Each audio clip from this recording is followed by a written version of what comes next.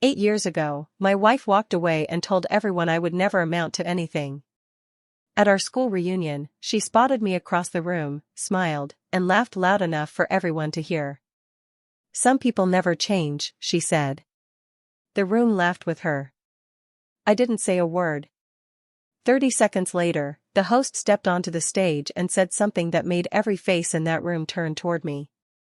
My ex-wife's smile vanished. She realized the man she had spent years mocking wasn't the failure she remembered. But by then, it was already too late. Here's how it all happened.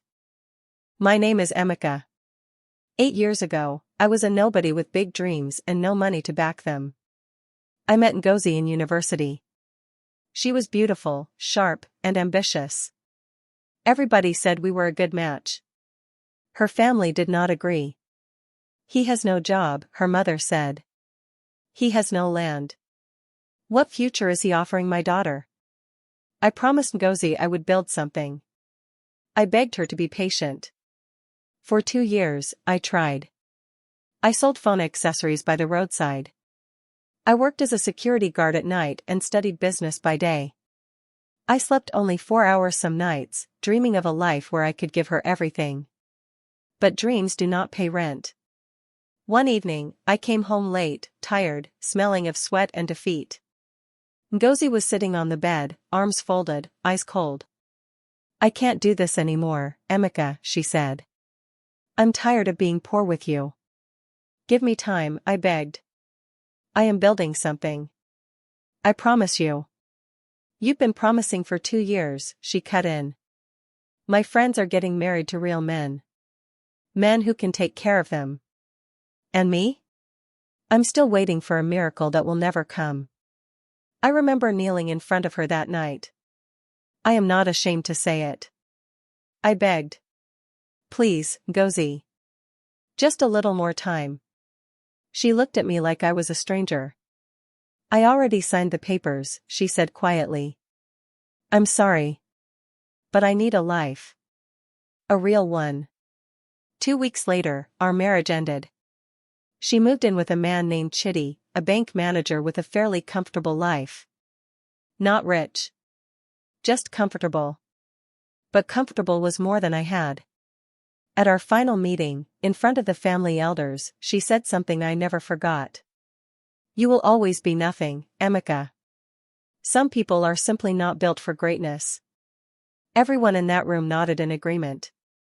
Nobody defended me. Not even my own mother spoke, because she too believed the marriage had failed because of my lack. I walked out of that house with one bag, one broken heart, and one decision. I will build something so big, no one will ever laugh at me again. I left Lagos and moved to Port Harcourt with nothing but 11,000 naira and a laptop I bought on credit. I will not lie to you, the first year nearly killed me. I slept in an unfinished building for 4 months. I ate once a day, sometimes not at all. I taught myself coding from free videos in an internet cafe, paying with the little money I made washing cars in the morning. There is a kind of pain that changes a man permanently. That was the pain I carried. But slowly, painfully, something began to grow. I built a small logistics tracking software for a transport company. It worked well. Word spread. Another company called. Then another. By year 3, I had a small team of 5 people working out of a rented 2-bedroom apartment that also served as our office.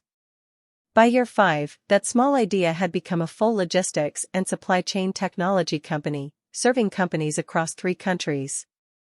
I did not tell anyone from my old life what I was doing. I cut off almost everyone. I changed my number. I stayed quiet, stayed focused, and let the work speak. By year 7, our company was valued in the billions of naira. We had offices in Lagos, Accra, and Nairobi. The boy who once slept in an unfinished building was now signing contracts with multinational corporations. But something inside me never healed. Every night, one memory replayed. You will always be nothing, Emeka. I did not build my empire for revenge. I built it to survive.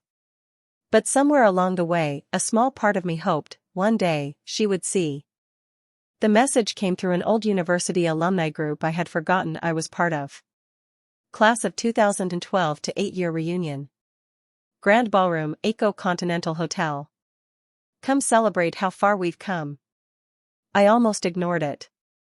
I had no interest in reliving that chapter of my life. Then I saw the sponsor name at the bottom of the flyer. Proudly sponsored by Hilarion Logistics Group. I nearly laughed out loud in my office.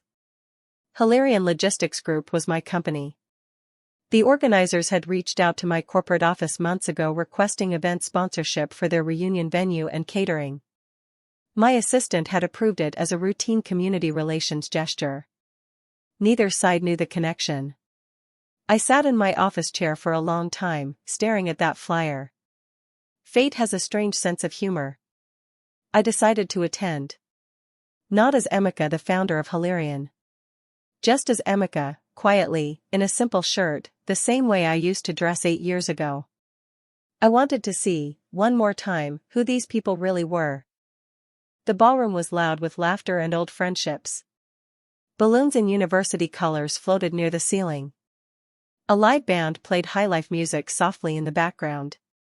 I stood near the entrance, dressed simply, gray shirt, dark trousers, no jewelry, no watch worth noticing. My driver had dropped me 2 streets away, and I walked the rest, the way I used to. That's when I saw her. Ngozi. 8 years had passed, but she looked the same, maybe more polished. She was laughing with a group of women, wine glass in hand, wearing a bright red gown that clearly cost more than her monthly salary could afford honestly. Our eyes met across the room. Her smile faded for a second. Confusion. Recognition. Then something else, amusement. She walked over, her heels clicking against the marble floor, her friends trailing behind her like an audience waiting for a show. Emeka, she said, voice dripping with surprise. Wow. Look at you. Hello, Ngozi, I said calmly. She looked me up and down, slowly, deliberately, making sure her friends saw the same thing she was seeing. Still, simple, I see, she said, smiling at her friends. They laughed. I heard you moved to Port Harcourt, she continued. Doing what exactly? Still fixing phones? More laughter. I said nothing.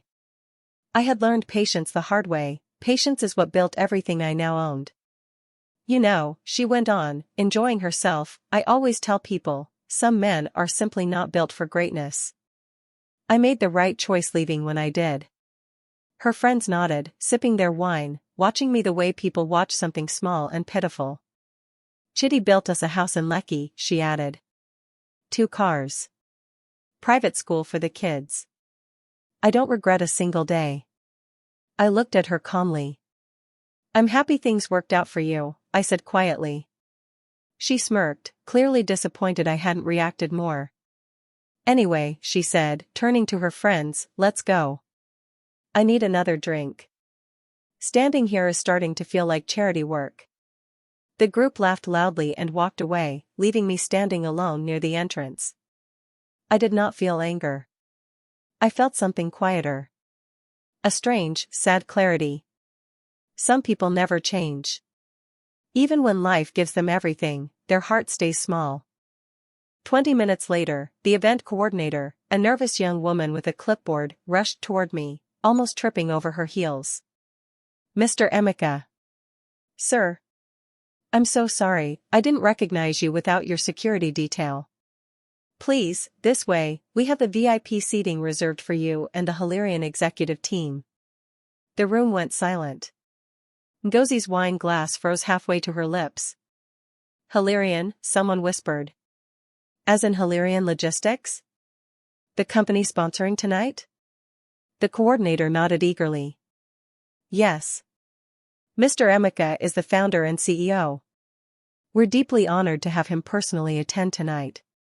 Every head in the ballroom turned toward me. I saw Ngozi's face change color. Her friends slowly backed away from her, whispering. I simply nodded politely to the coordinator. Thank you. I'll take my seat now. I walked past Ngozi without another word. Her eyes followed me the entire way, wide with disbelief. I could hear the whispers rippling through the crowd behind me. Founder of Hilarion? Isn't that the company worth billions? Wait, isn't that the same Emeka she used to be married to? She called him nothing, right in front of us. I did not turn around. I did not smile. I simply sat down at the VIP table, poured myself a glass of water, and waited. Halfway through dinner, the master of ceremonies approached the microphone. Ladies and gentlemen, before we continue with tonight's program, I want to personally thank our generous sponsor, Hilarion Logistics Group, and specifically its founder and CEO, Mr. Emeka Obadike, for making tonight possible. Sir, would you like to say a few words? The room erupted in applause.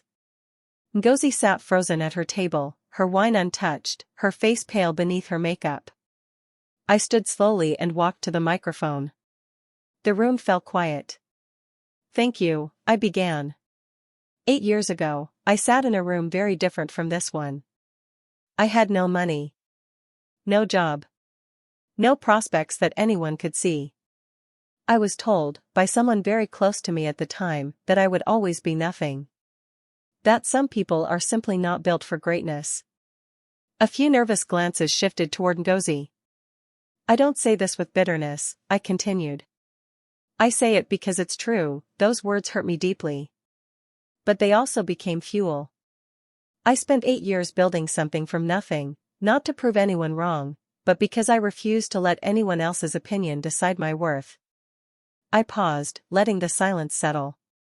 Tonight, I stood at that entrance in the same simple clothes I used to wear back then, and I was reminded, by someone in this very room, of exactly who I used to be seen as. And that's all right. Because that man, the one who was laughed at, is the same man who built everything you see sponsoring tonight's event. Ngozi could not look up from her table. So here is what I want to say to everyone in this room, especially the young ones just starting out, I said. Never let anyone convince you that where you are today is where you'll always be. Greatness doesn't announce itself.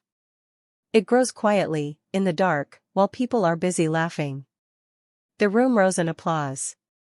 Even people who did not know the full story clapped, moved by the honesty in my voice. I stepped down from the stage and returned to my seat. I did not look at Ngozi. I did not need to. I could feel the weight of her humiliation from across the room, and strangely, it gave me no joy. Only peace.